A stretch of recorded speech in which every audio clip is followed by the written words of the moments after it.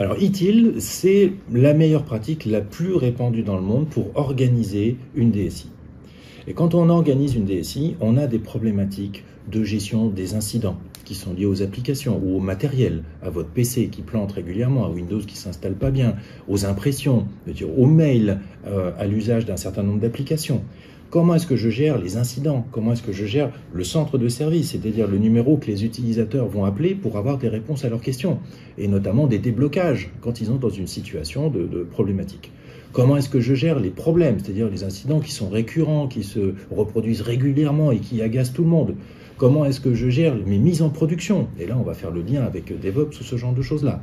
Bref, une DSI, une direction informatique, ça s'organise sous la forme de processus très clairs.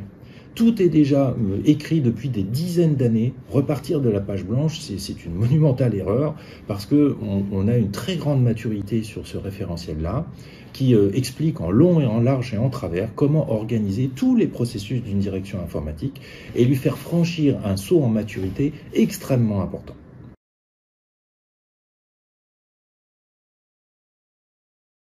Alors la valeur apportée par une formation à ITIL et une certification à ITIL, elle est juste énorme.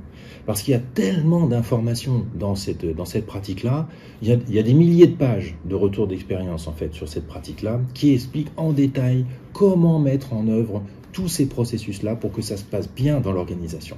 C'est une des rares pratiques d'ailleurs qui répond à la question « comment je fais ?» La plupart des autres certifications ou pratiques comme les normes, ISO, etc. répondent à la question « quoi ?» mais vous disent pas « comment ». Qu'est-ce que je dois faire? Ok, mais comment ça, c'est laissé à votre appréciation. ITIL répond à la question « comment ?» Comment j'organise ceci, cela? Comment je prends en compte la demande de mes utilisateurs? Si je suis un vendeur sur Internet, la demande juste avant Noël, c'est pas du tout la même qu'en plein milieu de l'été. Eh bien, tout ça, ce sont des problématiques qui sont réglées par ITIL, et donc on ne repart pas de la page blanche, tout est déjà écrit, il y a juste à suivre les conseils, à les tuner, bien entendu, à l'organisation qui est la vôtre, pour en tirer tous les bénéfices beaucoup plus rapidement que si vous repartiez tout seul dans votre coin.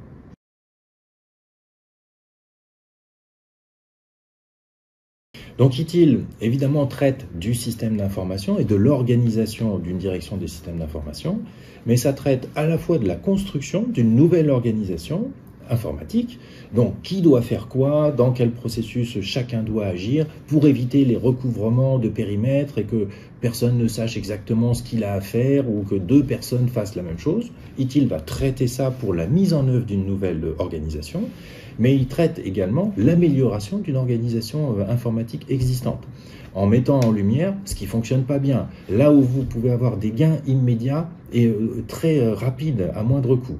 ITIL vous permet de faire tout ça et extrêmement pointu et précis pour vous apporter des solutions opérationnelles très très vite.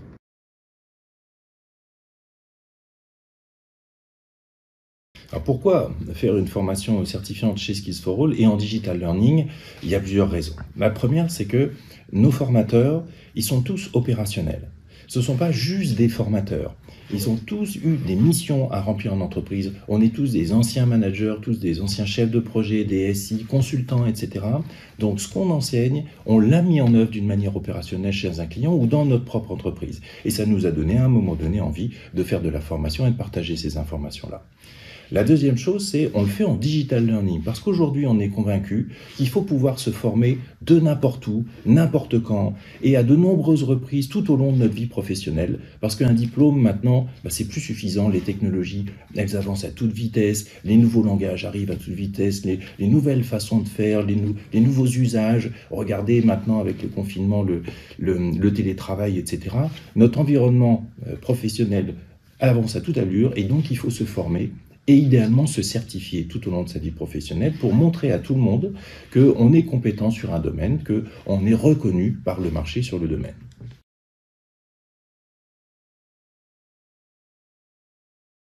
Alors pour choisir sa formation ITIL, en gros, la question à se poser, c'est est-ce que j'ai besoin des fondamentaux d'ITIL? Et au cas, vous avez Fondation ITIL, qui reprend tout le vocabulaire, les grands principes, les processus, la philosophie globale, je ne sais pas si on peut parler de philosophie, mais en tout cas la vision globale de ce que c'est que cette pratique-là. Ça, c'est indispensable pour partager le vocabulaire, les concepts, etc. avec tous les gens d'une direction informatique. C'est d'ailleurs souvent par là que les organisations commencent. C'est partager le socle d'un vocabulaire et de concepts communs. Et puis après, la question à se poser, c'est est-ce que je ne veux pas rentrer plus dans le détail, dans l'opérationnel, comment je mets effectivement en place une organisation à la ITIL. Et là, il faut les niveaux intermédiaires et avancés, dit-il, pour pouvoir rentrer dans le détail de chaque pratique, bien la comprendre et bien l'adapter à son organisation. Et puis enfin, vous avez une approche qui est complémentaire à l'agilité. Parce qu'aujourd'hui, quand on construit une organisation informatique, eh bien, on le fait par petites itérations aussi. Et donc, mixer ITIL avec de l'agilité, ça a tout son sens, parce que ça permet d'obtenir des petits gains rapides d'organisation de la DSI, de consolider ces petits gains et d'obtenir encore un petit gain à une étape suivante, et ça s'appelle l'agilité. Donc la complémentarité ITIL et agilité est également directe et très intéressante.